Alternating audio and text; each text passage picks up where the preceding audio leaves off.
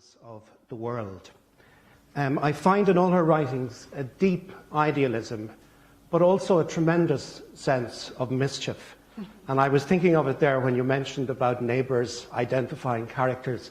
John McGahern used to say to me, whenever he published a book, he couldn't go out for 3 months out of his front door in case the locals would say he had put so-and-so on page 56. It's an arduous thing, I think, being a writer, and I'm saying that as someone who's about to ask a very great writer some questions. But of course, as Paddy Kavanagh once said, there's no answers to any questions worth asking. Only so lies. I don't expect you to answer any of them. But let me begin with a rather reckless one. If there is reincarnation, and we're all going to come to the world again, would you like to do it next time as a woman or as a man?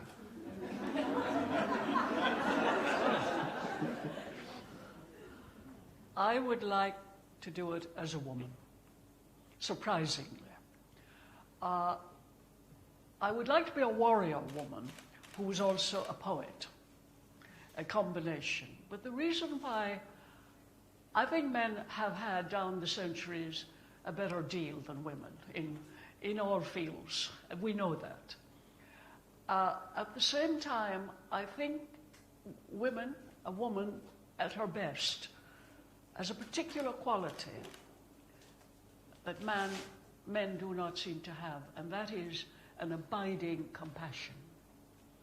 I feel that women are more compassionate than men. Men, after all, although I said I would like to be a warrior, you need to be a warrior to gather the berries and the whatever. It is men down the centuries and now who have always waged wars. Yes. They have always waged wars. There must be a gene, or I won't get too serious, but if we could eradicate that from human nature, that particular plunder, possession, territory, war, and I feel in an ideal world, you said I was in some sense idealistic, but I think I'm half an idealist, is the truth. If we could eradicate that, what a world it would be. I also think that, I'll tell you as a mere joke, I'm destined to be a woman for this reason. A newspaper asked me if they could do my DNA. Oh, I said, no, anything to do with machinery. I said, it's complicated. And he said, no, it's very simple. We send you swabs, you put them into your mouth. And I said, okay, will you talk me through it? You know, it's like a brain operation.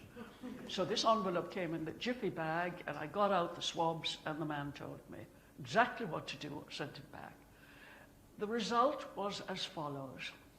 I know I'm from County Clare, I'm very proud to be, and also lucky to get all this material that you refer to. Bit of imagination thrown in, we hope. But what they discovered was that I share a DNA with the last Tsarina of Russia. I hope you're ready for this. With Marie Antoinette and with Susan Sarandon, whom I vaguely know. I was once in our house learning to play pool, being taught by Al Pacino. Now that's name dropping. So they said to me, have you any comments on your DNA? I said, well, I think I'll try and get in touch with Susan Sarandon because the first two didn't come off very well. So obviously I have a tendency towards the female. But the other last little thing about being a woman, what it could be very beautiful, I happen to say I've always had it, would be the great love of a man if I were a woman. So that's all I can say on that subject. Well, I'm not a bit surprised. When you were growing up here, what first alerted you to, the promise of language? Was it the way people talked, or was it some teacher who? It was a whole medley of things, I would imagine. Before we have language, we have words, just even one word, like evening, or scripture, or whatever word. And I think I thought that words had inherent in them some potent or potentially potent or magic ingredient. My first memory of my, what's the word? I couldn't say love because that would be false, but my interest in words was being picked up in her arms by my mother. And she had, poor woman, she was a very hard-working and marvelous woman. She had lines on her forehead, a lot of lines. And I said to her, "Oh, your forehead is a copybook, and I'll write a story on it." And therefore I had this passion very early. But along with that was the language all around, some of it pugilistic, some of it less so.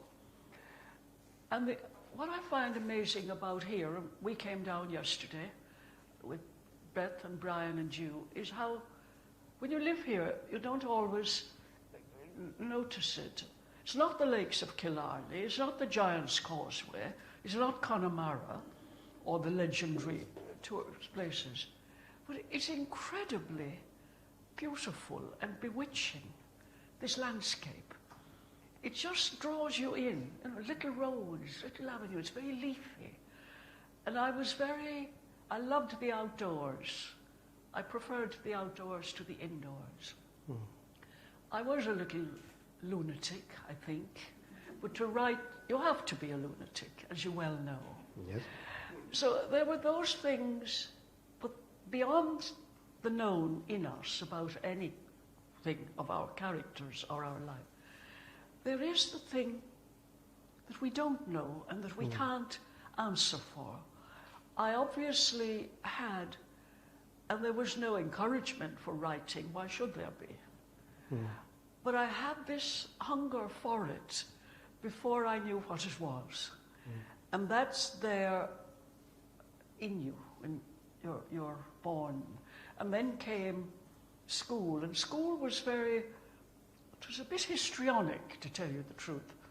We had a nice teacher, Miss Maloney, but she was given to fits of temper and that. Plus, Eileen would know as well, but plus the fact, maybe Eileen is more polite than me, that's my sister Eileen, plus the fact that she would launch from history to geography to a little bit of mathematics, all in one swoop.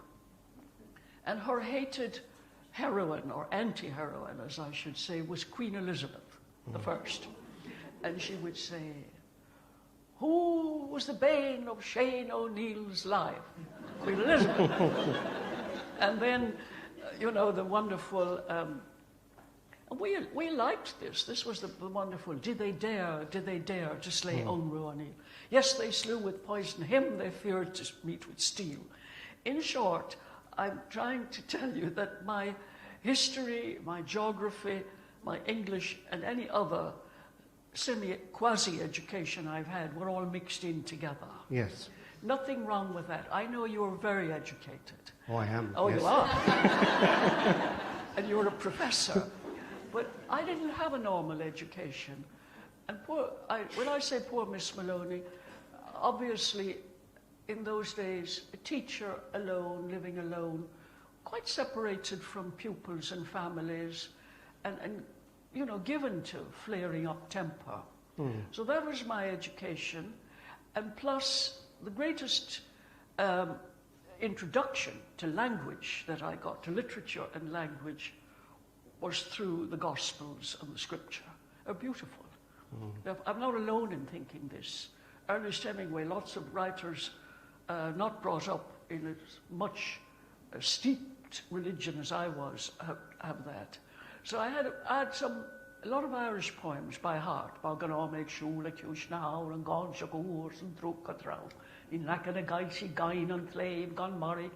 had that mixed in with Shane O'Neill, in Latin. Don't forget the act of perfect contrition. Oh, I was constantly saying, oh Deus ego amo te, nec amo te, ut salves me, aut quia non amantes te, aeterno punis igne, eternal punishment. I didn't learn the act of imperfect contrition because I wasn't taught it.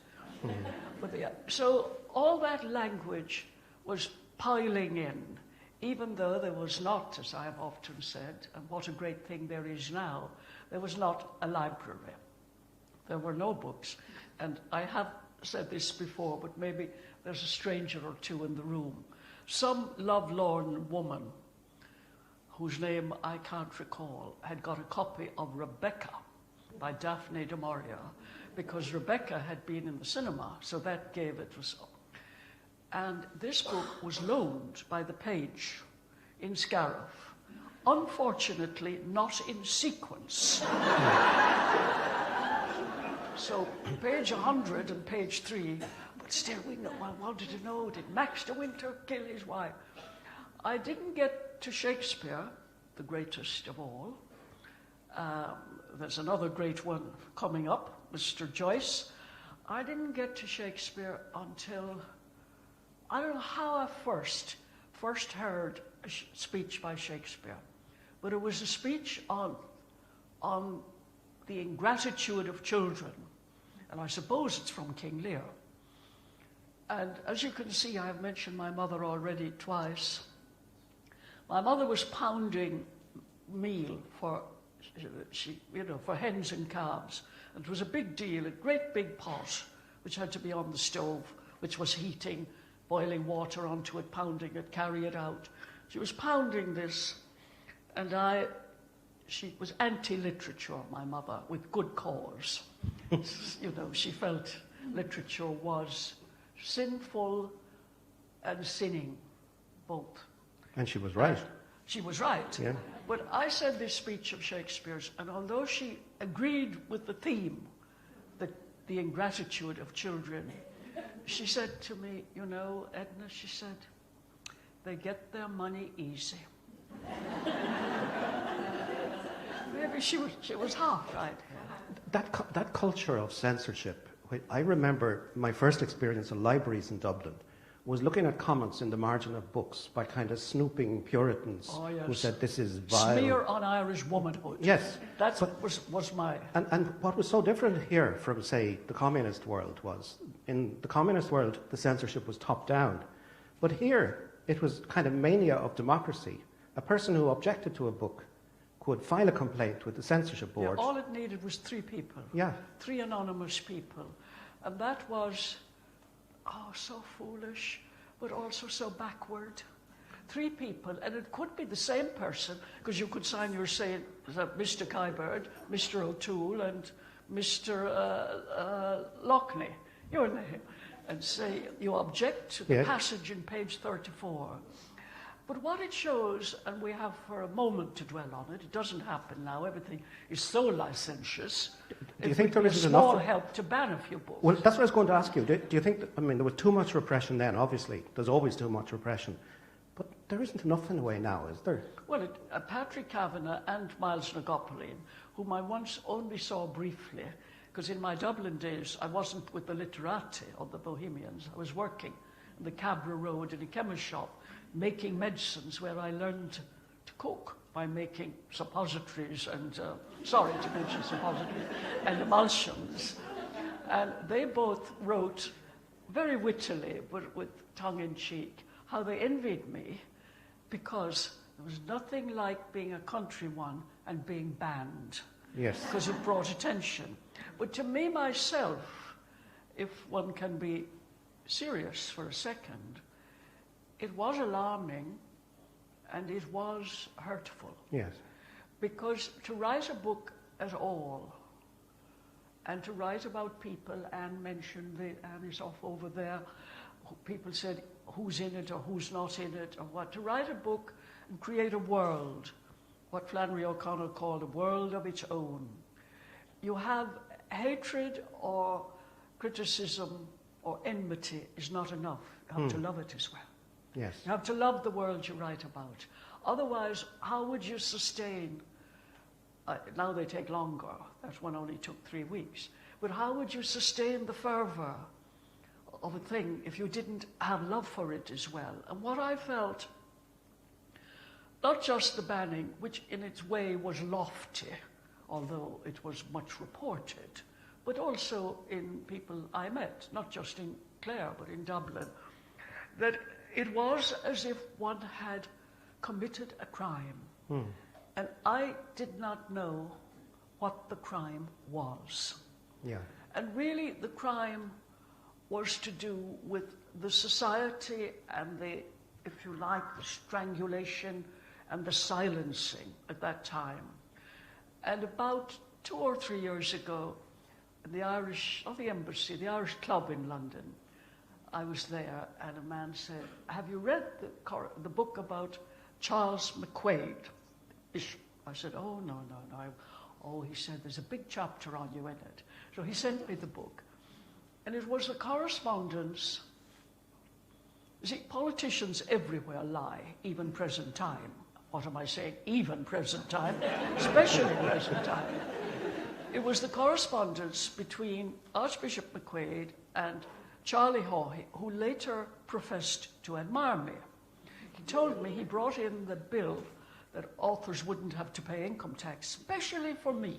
He told me that. Well, I haven't availed of it. That was a good chat-up line. That was a good chat-up line. But he was a minister for culture at that time. Culture, by the way, doubled up with something else, as it did with MacDade, sport and culture. Fisheries. And he and the Archbishop had this long correspondence with the Archbishop of Westminster, Westminster Abbey in London. No, Westminster Cathedral, the Catholic bishop. And they all agreed that the book was filth, that the book was contaminating, and that the book, any decent household that had had this book in it, that house would have to be exorcised from that house. Now these were, Haughey was a worldly man, as indeed history proved. The other two were, but what it showed, and I'm lucky, I got a few scoldings and some banning and some pretty ugly anonymous letters and so on. But writers today in countries in Africa, but writers, I'm thinking especially of Russia, all the most glorious writers in Russia, poets, Mandelstam, Akhmadova, a team of them, Sergei Essenin, were all killed or sent to gulags by the authorities. Now what this shows, and I think it still exists in the world, is an innate tension, if not to say conflict, between politics and art. Yes. And that, why is that, one would ask? What is so dangerous about James Joyce? James Joyce, incidentally, was never banned in Ireland because he didn't get in. So there were no 3 people to write the little message, you see what I mean? But there is something, you see, my mother had a point, even though she didn't articulate it fully.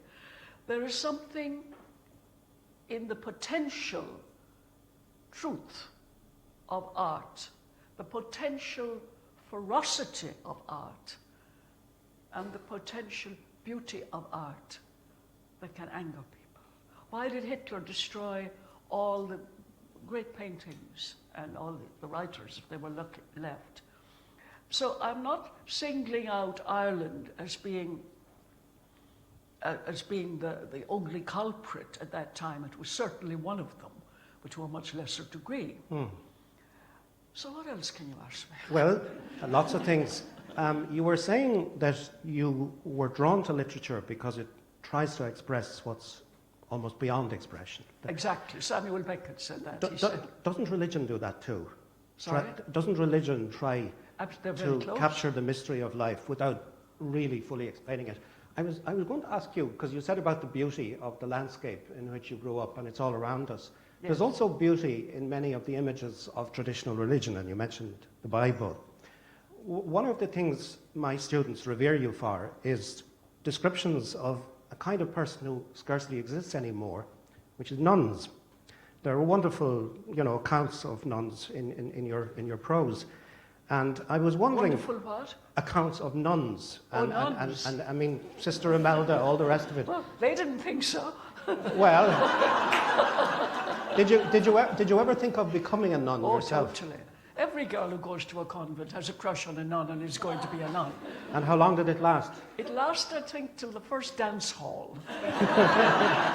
But I did think of it, when I first went to the convent, the contrast between home life, apart from being lonely and much else, and hungry, we used to put big vapor rub on the tongue. It's very good for quelling appetite, I can tell you, because it makes you nauseous. Too late. What was so interesting was the cleanliness, the purity, the sanctity, bells going, nuns, as we were told, getting up 3 times in the middle of the night to pray. Maybe they did, and wearing hair shirts. What drew me to it at first was it was lofty, not snobbish. I'm not being snobbish, but it was very lofty, and it was mysterious. Exactly. But I think one of the things, when you said the connection between religion and art or literature and painting and music, I don't know enough about music, is that it is an attempt to reach the unreachable, and therefore is both a great aspiration and a quite lonely occupation, which writing is. But what I found as I grew a bit wiser, not to say that I am wise, was the very big difference between spirituality and religion. Religion is political. The Vatican and Rome and religions and Inquisition down the centuries are a political institution. Yes. They are. Male-dominated. Yeah, and male-dominated. Yeah. I mean, I don't imagine a cleaner ever got into the Vatican of the female. So male-dominated that it's pathological. But there are great works of female spirituality too, which I'm sure have inspired. Works of female spirituality. Oh, which yes. I know you're writing a memoir now, and it must be an inspiration to think of some of these authors Well, before when you're in the middle of writing something, there's no inspiration. There's desperation. Yes, the nun of Bingen and the Portuguese nun, and some of the prayers that I learned, they were so beautiful and so heartfelt. And there's one, body of Christ, save me soul, and the one, blood of Christ, inebriate me.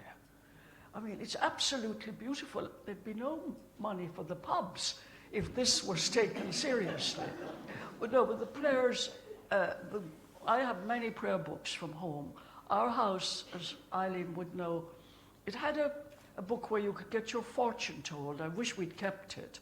It had a lot of amazing prayer books and missals, which I have. It had a Mrs. Beaton's cookery book, and my father had the old bloodstock manuals, which Michael would like. But the level of the prayers was high literature, really beautiful, fearful, terrifying in some ways, so that people sometimes say to me, do you still go to Mass? I said, yes, I sometimes go to Mass, but what I don't like when I go to Mass are the sermons. Now, Madonna had a song once called Papa Don't Preach. And what I don't like about the sermons is they are, ironically, very secular. In St. Patrick's Cathedral in New York, where I've often been, because I taught a few times, inadequately, I might add, I used to go to St. Patrick's, where they have 2 collections. This is relevant to the conversation. And the sermons were like, when you have political gatherings and they get a bit of money, what's the word for that? Collection days. Yeah, exactly. A religious term. Mercenary, and just, there's a lovely word for it, where they say we have a, so-and-so, Hillary Clinton is coming tonight, and we have I'll think of the word. A fundraiser. Yes, Yeah. but there's a verb. And not at all. The sermons we had here in County Clare and in Dublin, where, of course, I went to Mass, were actually pretty hellfire featured greatly. Fundraising, of course, that's the word. Now, money features in the sermons, or also what's been on television. I don't want a priest from the altar to tell me I can watch television. So that religion, as I'm about to use the cliche word of the epoch, religion is also dumbed down. But could it be that what you're objecting to is really narrow moralism because you believe so much in real religion? Because you believe in real religion and in the exploration of a mystery. Yes. These people are debasing it by reducing it to mere morality. Yes. I believe, Nietzsche put it better than anyone, but it said that Pascal had previously suggested it, when he said, if God did not exist, man would have invented him. He didn't say a woman either, as you can see. And the notion, more than the notion, the fear and the bafflement and the everything else about our existence crosses everyone's mind at some point in their lives, very often when they're sick or very alone. And the idea of a good God, of a minding God, you know that song, Someone to Watch Over Me? Every human being at some point, a child alone in a bedroom, or an old person alone in a house, or any age in between, has that knowing, not admitted all the time, and it's not what you would call relevant all the time, but has that need. Yes. And that shows that the idea of religion and the idea of aspiring towards something other is innate in mankind. Now, if Richard Dawkins, whom I have sometimes shared, were here, he would by now be throttling me. Because according to him, it's all from the ape. And I don't think he knows either. You see, all people, when you said a moment ago I was objecting, I thought, well, I hope I haven't objected too strenuously. But all people, and Richard Dawkins I would include in this, who make big categoric statements, many nuns did, many priests did, a man I married did, I won't go into more people that I know did, make these very categoric statements as if they are right, totally right, whereas a little openness, a little doubt is no harm. And maybe a more scientific approach. Maybe, so long as they're not saying to you, this is it, this is the truth. Yeah. They don't know. Yeah. For instance, if we were to think of it, and listen straight off the questions, one of the things when I was talking with that meeting with Richard Dawkins on a platform in Brazil is, I said, well, maybe because there's logic about how hands developed or how our trunks of our bodies and so on. I said, you know what is a big mystery? Is dreaming. Where did dreams come from? Where did speech come from? Where did... I'm not saying that animals, I saw a cat watch for a mouse up in Donegal the other day, and it was one of the most clever, strategic, brilliant ambushes. And which did you identify with? The cat or the mouse? Exactly. Both? So animals do have tremendous instinct, but speech and dream is very hard. Are we going off the subject? No, we are. We're not, because I think... I'm worried about the people off down there. Well, we could open it out now for some questions, maybe from the floor, if people would like to ask. Can we talk about James Joyce for 2 minutes? Well, we can do it now, or we can defer the pleasure. What would you like to say? Well, that was it. I had something very lofty ready. It's gone. I think what I'd like to say, in case somewhere in the room, there or here, there are young writers or aspiring women or men who would like to write. Because as you see, I think writing, although we're lucky and I'm very delighted to have such a large audience, writing is marginalized now. It's not what people or young people most want. They want noise. They want music. There's nothing wrong with music, but there should be the other thing as well, because writing hits what is most reflective and in the human being. Because noise is noise and it's communal. But writing is for alone, and we are alone. If there is somebody who wants to learn or to be a writer, there's no greater education than taking 1 or 2 masters and staying with them. And James Joyce was my greatest education. Harold Pinter once said to me, he didn't say, would you not? He said, how would you feel about meeting Joyce? Oh, I said, in the evening, drink time would be great. Maybe not hangover time in the morning. And why he was the greatest education was I was in Dublin working in the chemist shop 1/2 day a month and no money. I got paid less than Charles Dickens did in the blacking factory in 18-something. It was 7 and 6 a week. So I go down, and in those days, the bookshops were very trusting, and the books were outside on, trestle stalls. And there was a little book introducing James Joyce, as you know, by T.S. Eliot. And I opened it, and I read an account, opened it at random, and it was a page from The Christmas Dinner in Portrait of the Artist as a Young Man, seen through the eyes of the seeing, all-hearing poet, embryonic poet, Stephen Dedalus, the child. The room was described, and the fire, and the fender around the fire getting hot, the flame of the fire on it, and the table laid, and everything was as for fairy tale perfection.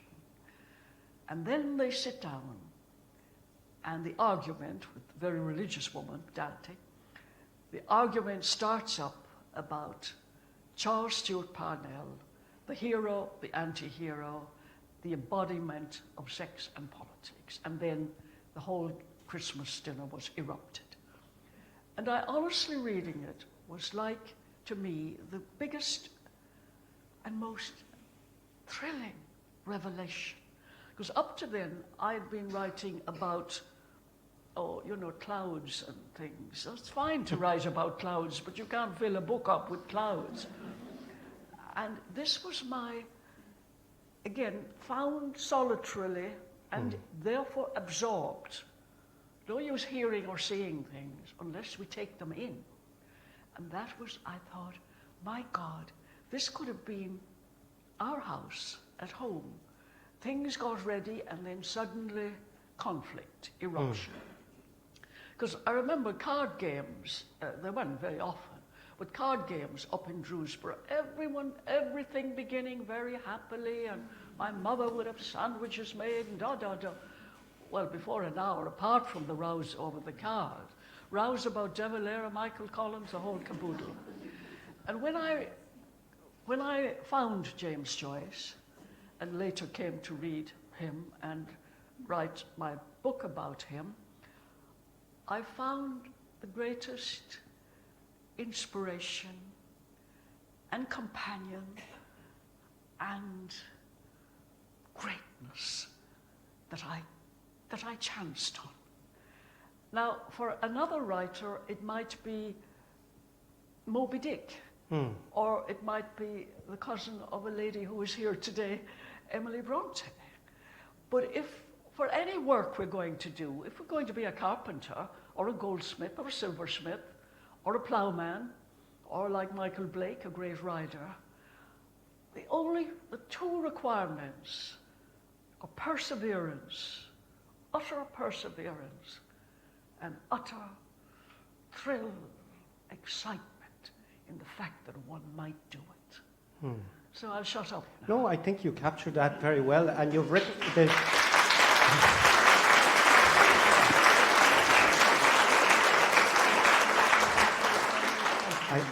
I think it was always true about young people being told to be silent and cultivate solitude. Remember in The Country Girls, Baba saying, would you stop talking to fellas about Dubliners? You can't keep going on about James Joyce. They're not interested in that kind of thing. And Kate says, he's dead. And Baba said, oh, feck, he can blow his own trumpet. Well, he didn't, because you have written the most brilliant book about Joyce and women that there is. I mean, not just in terms of his depiction of female characters, but your analysis of Joyce's relation with his own mother is one of the most moving things I've ever read. He was very hard on her, but mothers get blamed for a lot. What is very interesting about James Joyce, his love of his mother was, as you know, utter as a child. And he said, the host, the Holy Communion's host, his mother's love of him, and his first lingual kiss of a prostitute, with a prostitute, when he was still young, fairly young, were the three most significant things as regards his first religious and then non-religious evolution. That's how she was, in a way, the Virgin. She was next to God for him. And what is amazing, writers are a very funny lot, and we both steal from humanity and run away from humanity. And that is also the truth. What is very sad and actually surprising for a man so liberated and a man so brilliant is that only from the moment his mother died, he never ever referred to her. And she returns in his fiction as a monster, as you know, in Ulysses, when she comes back in sackcloth grey, you know, abjuring him. So in one of my books, The Light of Evening, which is very much about my mother and motherhood, and the relationship between child and mother never ends. I quote from Faulkner, who is another of my heroes, and Faulkner said, "The past is never dead, it's not even past." So here today, a lot of good ghosts in the room and a wonderful audience. Thank you.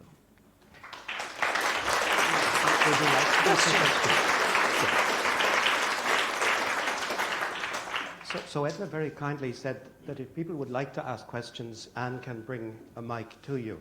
And perhaps if you just identify yourself, which character and which fiction you are, we'll all know. There has to be a question or two, or otherwise there'll be we lots, have don't failed. worry. Good. Martin Dennelly, and we met here there from Waterloo, Ireland. Assuming you leave this wonderful world someday, and assuming that the church is correct, and you meet Charlie Assuming High, what? that Yeah. the church is correct, and you meet Charlie High, what would you say to him now? Anne, can you I can't hear her. She'll do it. I can hear her. Assume. Yeah. Sorry. Assuming you leave this world Yes. in some years to come, Yes. and assuming the church is right, that there is a place that Called we all hell, go to heaven, called and Hell or Heaven, and you meet Charlie High, what would you say to him now? Oh, I'd say, Charlie, how's your wine cellar?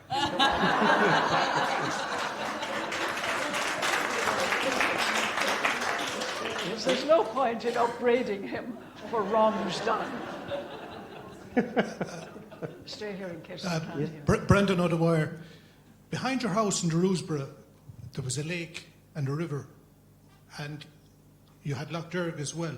So I'm just wondering, did the proximity of water to your place of birth, was it the Scariff? What with water? What? The proximity of water, The did it have any importance- bearing on your literature or on your writing? Well, it's good you asked me that because you might find the answer. I love to see water, and wild or calm, but I have absolute terror of swimming. I can't do it. My mother before me couldn't do it. And I've had many lessons.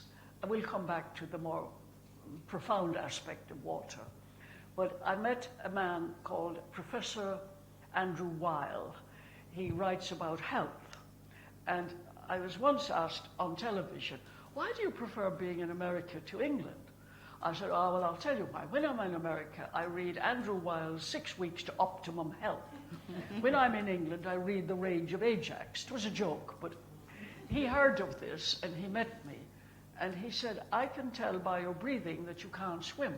I said, you're absolutely right. He said, if you come to Arizona, and you're listening to this, Arizona, very long way, I will teach you to swim. I go to great expense to go to Arizona. Andrew Wiley has 2 people and himself, all who, you know, lifted me into the pool. And I'm very nervous. And they weren't deliberately cruel. They let go for 1 second. Total delirium. Andrew Wiley lost all his ability. It was no 6 weeks to optimum health. 6 seconds. And my fear of water, which some people suggest to me is a fear of birth and pre-birth, a fear of the womb, is very, it's pathological, of course, but it's totally inside me. I write about lakes, and I have loved reading about lakes and lakes in mythology, you know, where we were all taught of cities under lakes, of civilizations under lakes, of the children of Lear. My only hope in the next incarnation is to be turned into a swan. Then I can manage the lake. But lakes so have trees, so has all landscape. And especially for me, in this particular landscape, all places have in them an animus or something from before.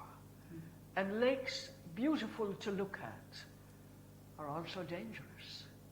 I remember my father telling us of one time in their childhood, the Loch Derg froze over and they were able to skate.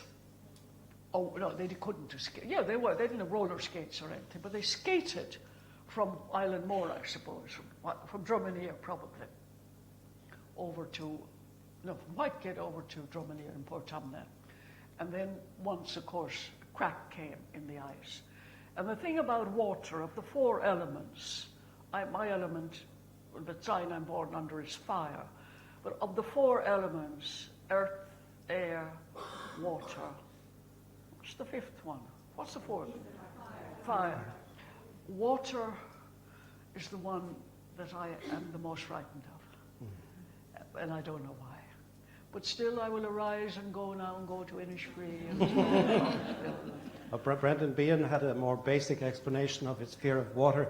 He said only dirty people have to wash. Are there other questions from further down? Yeah. You've lived abroad for a number of years now. What's your view of Ireland today, and is it a place you'd feel comfortable returning to for good? My view of Ireland today, and is it a place you would feel comfortable returning to live full time? Have we got a few hours now? What's the time? My view of Ireland today is a mixture of many things. It's a much, as we all know, more liberated, more influence from outside, and up to a short time ago, apparently more prosperous. We can't object to any of those. What I think, and you're a young man, so this may offend you, what I think I find disquieting is how shrill and rushed and very often superficial many things are. That there isn't the same, one of it is related, of course, to reading and to literature, which is the thing I am a warrior or hope to be about. What I would very much like is to make more people want to read, and more people want to be aware of the particular culture and history they come from. I'm not talking about Camalias and just trying to live in the past. Let us live in the present. But let us live in the present as people who recognize what the country is. And I am surprised, it's true in England, as I said to someone yesterday, English newspapers, for instance, are pretty superficial now, and that is also the case in Ireland. I'll make a few friends there by saying that, but it's the truth.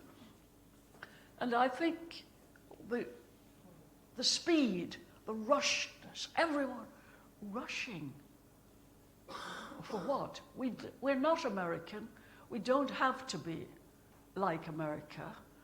And I think you're a young man. You might say to me that there are aspects that I have missed out and that you would like to tell me. You know, you might think I'm being too severe. Am I being too severe? No, I don't think so. You're being polite. I think a lot of young people would agree with you and say that particularly the technology has turned everyone outward, Yes. away from the inner self. For both, because you need both. Yeah. You do need both, and that outwardness is great, but it's only half the story. Yeah. I want a question from down there. And Anne will come up with it. Are we gone very much past the time? We're fine. We're four? fine. Yeah. What time is it now? It's 4? just 4. Yeah. Okay. Sorry not to be able to turn around. We'd have a voice from the lower depths. We hear but not see. Good afternoon, Yes. Edna. My name is Ruth McMahon from Scariff. Edna, I'm very curious about what part of your nature enabled you to give yourself the opportunity to write, considering many people in the culture of Ireland are seers and dreamers, but not everybody gives themselves the opportunity to structure their passion into their writing. What might you consider to be the intrinsic or important part of your nature that enabled you to structure your passion into your writing? Well, I hope I've heard all the question. You're going to be surprised by my answer. I will quote first from Shakespeare. I give my own little experience. Sweet are the uses of adversity. If you have a passion, and I can only speak for my own particular one, I did not have encouragement. I had discouragement, and that's the truth, on every level. Domestic, out in the world, subjective, objective. If you want to do something, there is only one person that you can rely on to do it, and that is yourself. That means you really believe in it. There are no crutches. Well, there are. I had a hip surgery lately, and I did have a crutch.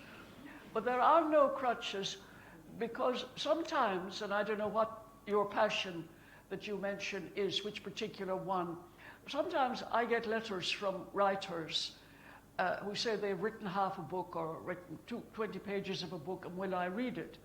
And what they are hoping is that somehow I will enable them to write it. I can't.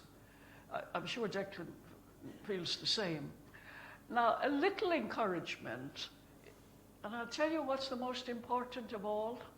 I didn't have it, but if you can get it, a little money is a help. You know, the idea of living in the garret, forget it. Virginia Woolf wrote a wonderful essay years ago about women, and her hypothesis was that Shakespeare had a sister, that there would have been as great a woman writer as Shakespeare, but that sister was never allowed. And in Virginia Woolf's supposition, the sister is buried at Elephant and Castle in London, where the buses go by. And she said, quite sensibly, a writer, she was speaking only of women at that time, but it's true for men and women, it's equally true, needs 500 a year. Well, could we up that figure a little? And because the hardships of living and the energy required to do whatever one does are considerable. And everything, in the end, this sounds semi-scientific, everything is about energy. And your energy to fill your vocation or passion requires that you don't have to work 23 hours a day at something else. But to go back to what I first said, your own little voice within yourself tells you if you're really serious about doing something or just a dilettante. Cyril Connolly wrote a book years ago called Enemies of Promise. And there are many enemies of promise. And there were, when I was in Dublin, there were all these literary people. Oh, they were all knew not only Plato and all Thomas Aquinas, they were all geniuses. Well, I think a lot of them drank their genius or talked their genius away. And that's why I'm glad, ironically, that I didn't have too much help or pampering or discussion. You don't discuss a book before you write it or when you're writing it. You just write it. And afterwards, then there's a small amount of praise. And one of the most, not pathetic, but a telegram once, poor Scott Fitzgerald, the great Scott Fitzgerald, he was in the south of France, and his book, because there's a bit about nuns I'm going to bring in here, his book came out, let's say, the following day in New York. And Scott Fitzgerald sent a telegram to his publisher saying, any news? Writers are always hoping for a bit of feedback.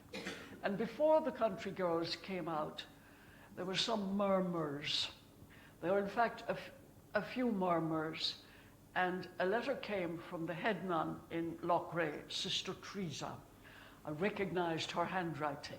And as I saw the envelope, I could see her face, you know, with the gump around her face, framed with the white and the black veil. I could see her.